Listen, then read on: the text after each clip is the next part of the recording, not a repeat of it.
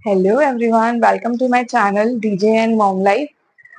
आज की वीडियो में मैं हॉस्पिटल बैग के बारे में शेयर करूंगी कि मैंने मेरी डिलीवरी के टाइम पे हॉस्पिटल बैग कब प्रिपेयर किया था, कैसे और क्या क्या चीजें उसमें पैक की थी। वो सब मैं इस वीडियो में आज शेयर करने वाली हूँ। इससे पहले मैं एक चीज बता दूं कि ये वीडियो मैंने बेबी के लिए ही बनाया है, कि जो जो चीजें मैंने बेबी के लिए परचेज की थी और जो जो हॉस्पिटल बैग में पैक किया था उसी के बारे में बताने वाली हूँ। मेरे लिए मैंने जो पैकिंग की थी उसके लिए मैं सेपरेट वीडियो बनाऊंगी, अदरवाइज ये वीडियो बहुत लंबा हो जाता। सो या let's start the video now.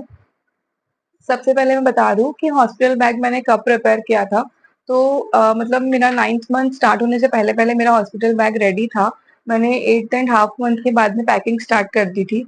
कुछ चीजें मैंने ऑनलाइन मंगाई थी, कुछ मेरी ऑफलाइन मार्केट से खरीदी हुई थी और कुछ चीजें मेरी घर से निकाली हुई थी।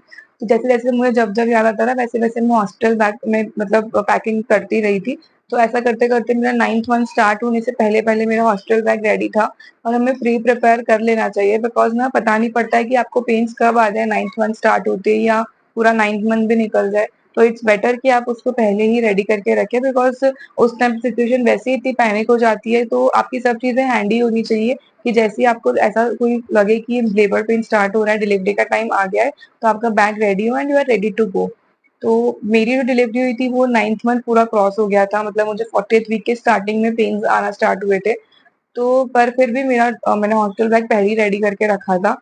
सबका अलग अलग केस होता है, इट्स बेटर कि आप पहले से प्रिपेयर करके रखें।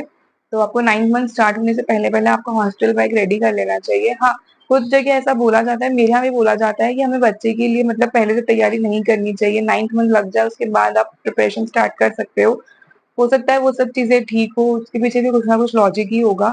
बट रहती कोशिश ट्राई कीजिएगा कि आपकी सब चीजें एक जगह रखी हो, ताकि जब भी आपको पैकिंग करना स्टार्ट करो तो सब चीज आपको हैंड पे मिल जाए, आपकी पैकिंग जल्दी से हो जाए। तो ये तो हो गया कि हमें हॉस्टल बैग कब पैक करना चाहिए।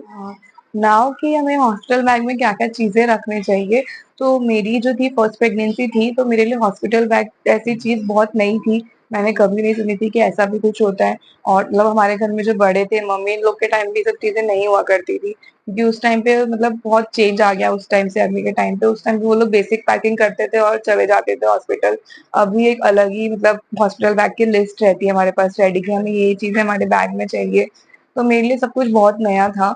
तो इसके लिए मैंने बहुत यूट्यूब सर्च किया था, मेरी फ्रेंड्स जो ऑलरेडी प्रेग्नेंट हो चुकी थी उनसे बात की थी, तो ऐसा सब करके मैंने कुछ 4-5 वीडियोस यूट्यूब पे देखी थी और उससे मैंने फिल्टर करके मेरी खुद की एक लिस्ट रेडी की थी। वही मैं ये लिस्ट है जो मैंने प्रिपेयर की थी मेरी डिलीवरी के टाइम पे हॉस्पिटल बैग की। वही मैं आज आप लोग के साथ शेयर करने वाली हूँ। सबसे फर्स्ट है इसमें ड्राई शीट्स। मैंने 4 ड्राई शीट्स का सेट ऑर्डर किया था लव लैब का, जो कि क्वालिटी में बहुत ही अच्छा आया था। एस साइज मैंने ऑर्डर किया था, उसमें अलग अलग साइज आते हैं, एस एम लार्ज। तो मैंने एस साइज ऑर्डर किया था अभी के लिए, और अभी तक वो मेरे काफी काम आ रहा है। मेरा बेबी 3 मंथ्स का हो चुका है, बट मुझे बहुत अच्छे से वो ड्राई शीट्स काम आ रही है अभी भी। उसके बाद में मैंने और अभी मतलब उसके बाद में और ड्राई शीट्स ऑर्डर किए, बट आप अभी अच्छा मतलब अगर आपको डिलीवरी ड्यू है और उससे पहले आप प्रिपरेशन कर रहे हो, तो आप सिर्फ 4 का सेट ऑर्डर करोगे तो भी चलेगा। बाकी आप बाद में ऑर्डर कर सकते हो। मैंने लव लैब की ऑर्डर की थी।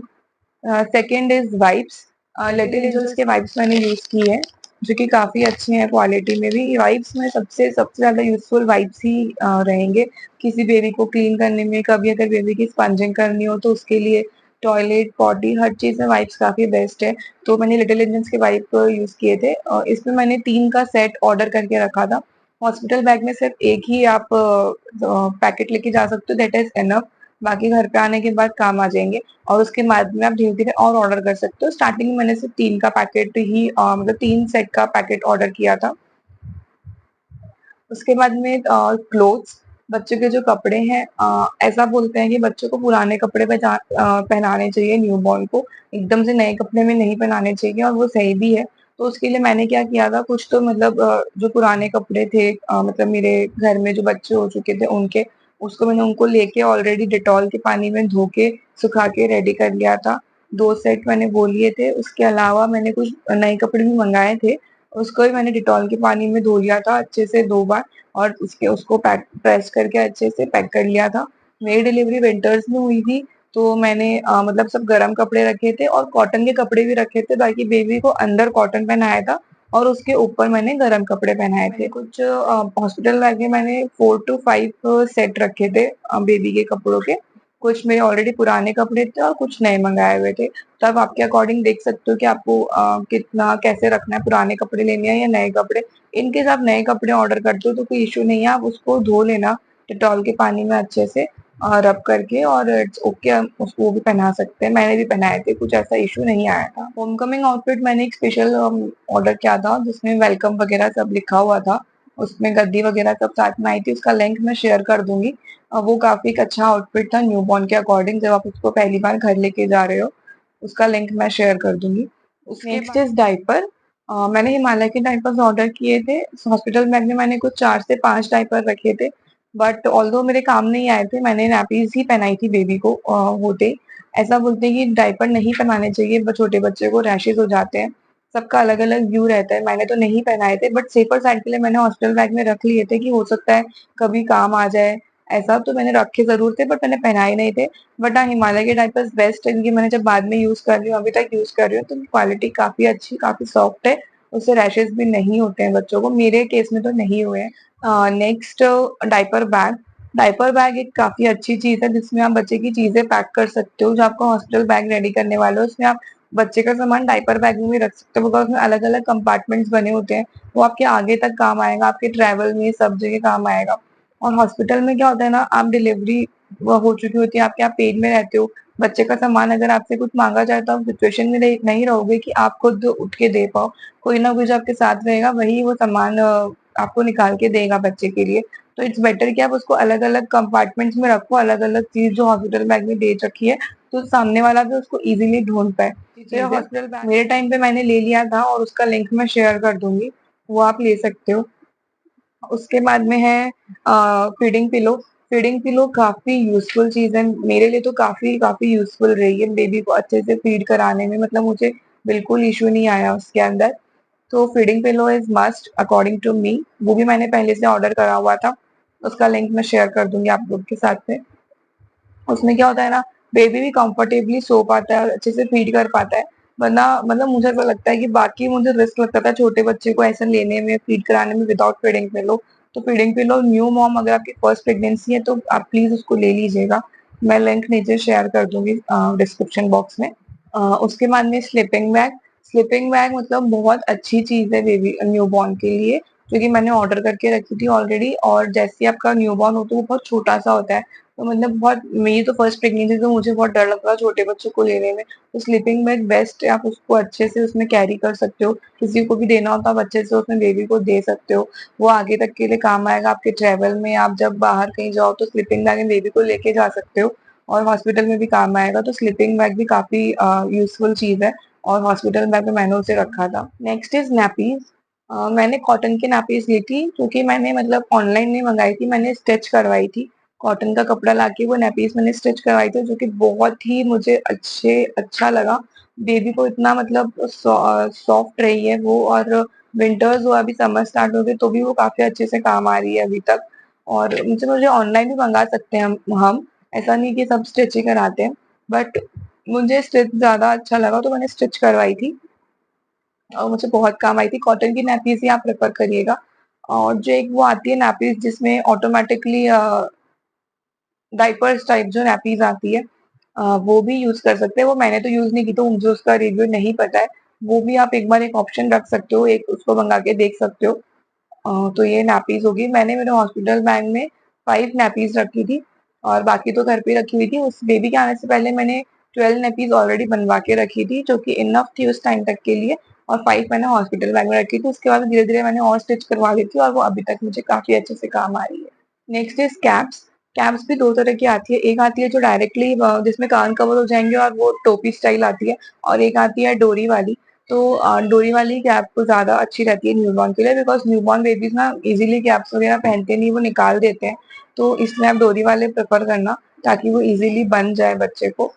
उसके बाद socks and mittens. Socks and mittens में भी सेम चीज है, एक आते हैं इलास्टिक वाले और एक आते हैं डोरी से बांधने वाले। तो ये आप डोरी से बांधने वाले प्रेफर करना। मैंने मेरे केस में इलास्टिक वाले पहले परचेज कर लिए थे जब मैंने हॉस्पिटल बैग रेडी किया था। तो मैंने सॉक्स और मिटन्स का 4 4 का सेट रखा था, और सब इलास्टिक वाले रख लिए थे। बट वो ना बेबी इजीली निकाल देता है, जैसे ही वो आप उसको पहनाओगे वो इधर उधर थोड़े बहुत हाथ चलेंगे वो निकल जाएंगे, क्योंकि आप ज्यादा टाइट तो पहना नहीं सकते हो न्यूबॉर्न को। तो इसके लिए आप डोरी वाले ज्यादा प्रेफर करना, वो ज्यादा यूजफुल रहते हैं, आगे तक भी वही काम आएंगे। उसका भी लिंक मैं शेयर कर दूंगी। वो मैंने नेक्स्ट इज ब्लैंकेट। एक सॉफ्ट सी ब्लैंकेट आप ले लीजिएगा आपके न्यूबॉर्न के लिए। मैंने एक ऑनलाइन ऑर्डर की थी और एक ऑलरेडी मेरे पास रखी थी। मतलब बेबी होने से पहले 2 ब्लैंकेट इनफ है आपके लिए, और 2 होनी ही चाहिए आपके हॉस्पिटल बैग में। बिकॉज क्या होता है, हो सकता है बेबी मतलब उसको गीली कर दे आपकी फर्स्ट ब्लैंकेट को, तो आपके पास एक ऑप्शन होना चाहिए, क्योंकि आप गीला तो उड़ा नहीं सकते हो। तो एक तो मैंने फर्स्ट क्राई से ऑर्डर की थी, उसका लिंक मैं शेयर करूंगी, और एक मैंने मेरे घर से ही ली थी। दोनों ब्लैंकेट सॉफ्ट थी, और सॉफ्ट ही लेना, तो काफी इजी रहेगा बेबी के लिए। Next is swaddle clothes. Swaddle में मैंने कुछ 3 का सेट ऑर्डर करके रखा था, और हॉस्पिटल बैग में मैंने कुछ 2 ही रखे थे। तो वो मेरे काफी काम आए थे। बच्चे को आप उसको उड़ा सकते हो, उस पे बच्चे को मतलब रैप कर सकते हो, रैप करके उसमें रैप करके आप स्लीपिंग बैग में उसको सुला दो, ऐसा भी कर सकते हो। तो वो काफी यूजफुल चीज थी। उसके अलावा मतलब वो हॉस्पिटल बैग में तो मैंने 2 ही रखे थे। फिर मैंने घर आने के बाद एक चीज और करी थी। स्वेडल वो जो 3 मंगाए थे वो ऑनलाइन थे। उसके अलावा कॉटन की साड़ियां जो आती है, वो आप 3 से 4 बार उसको वॉश कर लो, तो वो और सॉफ्ट हो जाती है। उसके बाद में वो लेकर मैंने उसको बड़े बड़े पीसेस में कट कर लिया था, कॉटन की साड़ीज को। और उसने बेबी को जब मालिश के बाद हम रैप करके सुलाते हैं, तो मैंने वो कॉटन की साड़ियों में ही उसको रैप किया था। जो मैंने ऑनलाइन सडल क्लोथ्स मंगाए थे उसमें रैप हुआ ही नहीं था वो सही से, मतलब मुझे इतना सही नहीं लगा। तो कॉटन की साड़ियां मेरे लिए बहुत काम आई। तो आप वो भी कर सकते हो अगर आपको सडल क्लॉथ ऑनलाइन नहीं ऑर्डर करने हो, तो ये भी एक ऑप्शन है। उसके बाद में है बेबी सोप। मैंने जॉनसन्स का सोप यूज किया था, जो कि एज यूजल मेरे हॉस्पिटल बैग में मैंने नहीं रखा था, वह मुझे काम नहीं आया था, बट आगे काम आया तो मैं बता के रख रही हूँ। जॉनसन्स का बेबी सोप आप लोग पहले से लेके रख सकते हैं, मैंने ले लिया था। और वो हॉस्पिटल में तो काम नहीं आएगा, बट घर पे आने को जब बेबी को नहलाओगे तब काम आएगा। उसके बाद में नेक्स्ट इज मॉस्किटो नेट। एक बेडिंग सेट आता है, जो गद्दी लगी हुई होती है और उसके ऊपर ये नेट हो जाती है, जिससे वो मतलब वो मॉस्किटो नेट भी बन जाती है। तो वो मैंने लेके रखी थी, और वो हॉस्पिटल में मैं लेके गई थी, काम आया था। ताकि उसमें क्या होता है ना, आपको टेंशन फ्री हो जाते हो आपकी, अब मच्छर नहीं आएंगे बेबी के पास में, या कुछ भी ऐसा नहीं आएगा।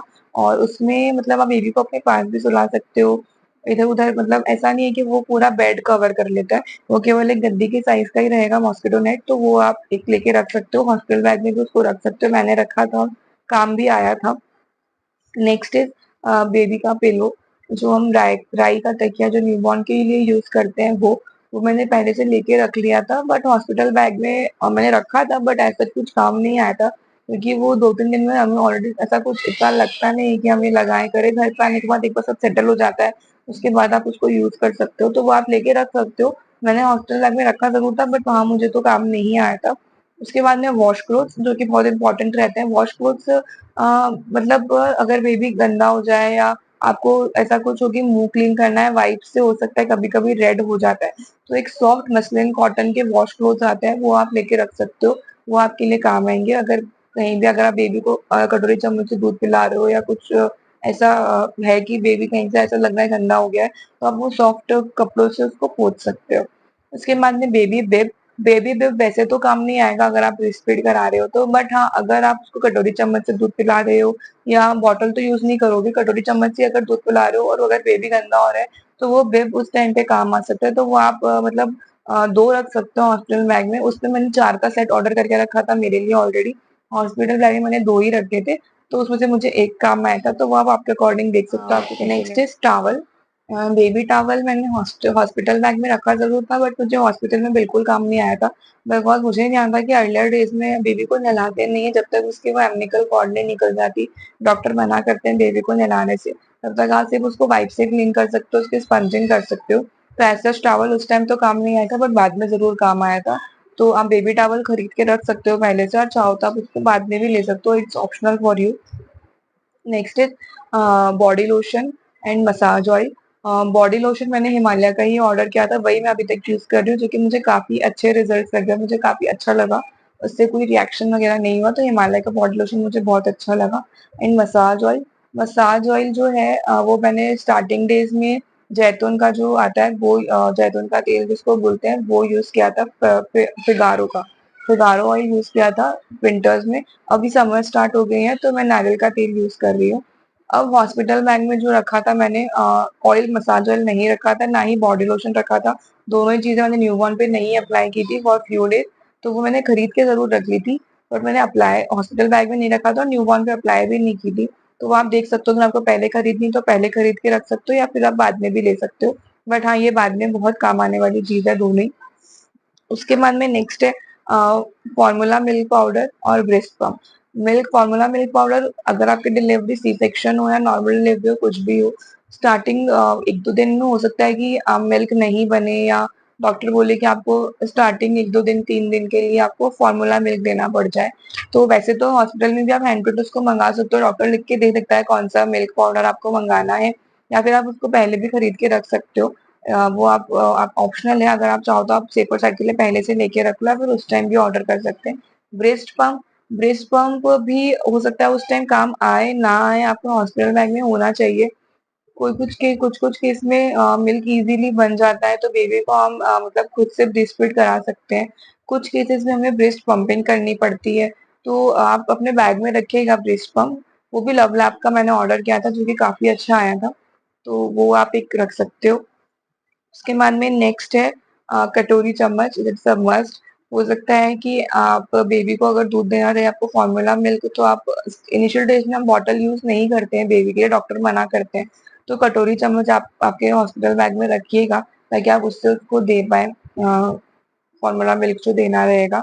सो यार, ये सब चीजें थी जो मैंने थोड़ा ब्रीफ में बता दी कि मैंने क्या क्या लिया था बेबी के होने से पहले, क्या क्या मुझे हॉस्पिटल बैग में काम आया था, और जो जो मुझे अभी तक काम आ रहा है, जिस जिस ब्रांड से मैंने लिया वो भी मैंने बता दिया। एक मैं ब्रीफ आपको वापस बता देती हूँ, मैंने क्या क्या पूरी वीडियो में बताया है।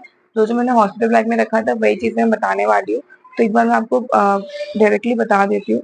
ड्राई शीट्स लव लैब की मैंने मंगाई थी, डायपर हिमालय के मंगाए थे, वाइप्स लिटिल एंजल, कपड़े swaddle clothes, socks mitten, caps, blanket जो मैंने बेबी हग की मंगाई थी, sleeping bag, diapers, diaper bag, feeding pillow.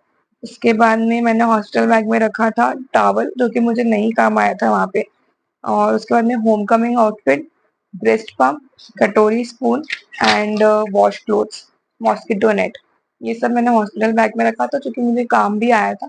तो ये सब आप देख सकते हो आपके अकॉर्डिंग। सो यार, that's all from my side कि मैंने बेबी के लिए क्या क्या पैकिंग करी थी, क्या क्या चीजें पहले से परचेज करी हुई थी, और क्या क्या मुझे हॉस्पिटल बैग में काम आया, वो मैंने सब कुछ इस वीडियो में बता दिया है।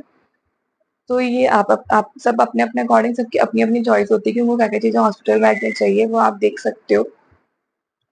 मेरे लिए मैंने जो पैकिंग की थी उसके लिए मैं नेक्स्ट वीडियो बनाऊंगी कि मैंने मेरे लिए क्या क्या चीजें पैक की थी। तो स्टे ट्यून्ड एंड इसके अलावा आपको कुछ भी पूछना हो तो मुझे कमेंट सेक्शन में पूछ सकते हो, I will happy to answer. So yeah if you like the video and अगर ये कहीं से भी आपको थोड़ा भी हेल्पफुल लगा, तो या please like and share the video and subscribe my channel. Thank you so much.